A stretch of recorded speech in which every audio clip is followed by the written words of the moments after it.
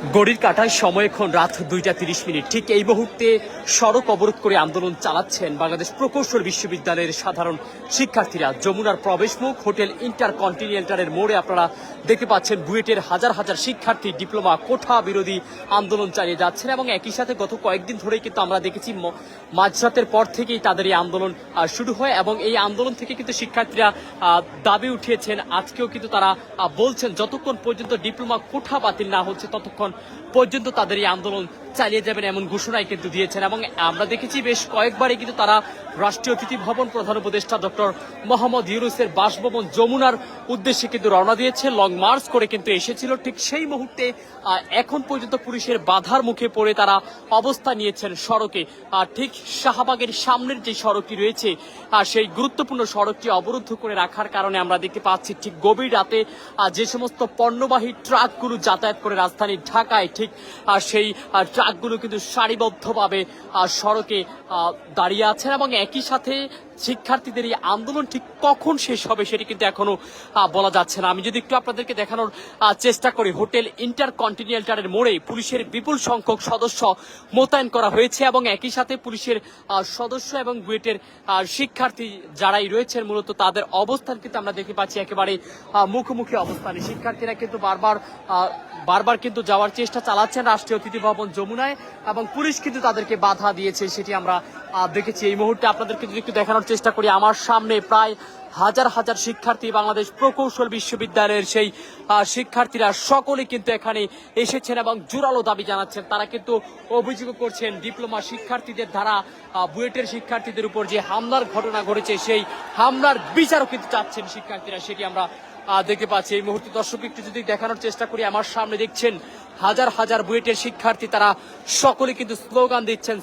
স্লোগানে উত্তপ্ত পুরো পরিস্থিতি এবং মুখোমুখি অবস্থানে রয়েছে প্রধান উপদেষ্টা ডক্টর মোহাম্মদ ইউনূসের বাসভবনের সামনের দৃশ্য, সেটি আমরা আপনাদেরকে একটু দেখানোর চেষ্টা করছি। এই মুহূর্তে যুক্ত আছি এনপিবি লাইভে সরাসরি আমি মাহবুবুর রহমান জিসান, জানাচ্ছিলাম বুয়েটের শিক্ষার্থীদের আন্দোলনের সর্বশেষ আপডেট এবং প্রধান উপদেষ্টার বাসভবনের সামনে যাওয়ার চেষ্টা চালাচ্ছেন বুয়েটের সাধারণ শিক্ষার্থীরা।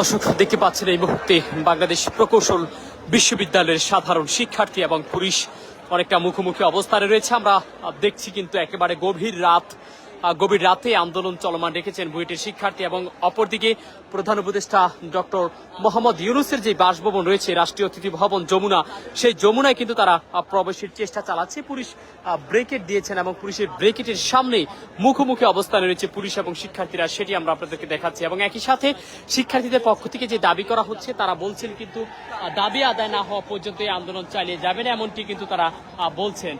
সর্বশেষ এই মুহূর্তে আমরা দেখতে পাচ্ছি বুয়েটের শিক্ষার্থীরা এখনো আন্দোলনে অড় রয়েছেন এবং তারা কিন্তু বিভিন্ন স্লোগানে উত্তপ্ত করে রেখেছেন পুরো পরিস্থিতি।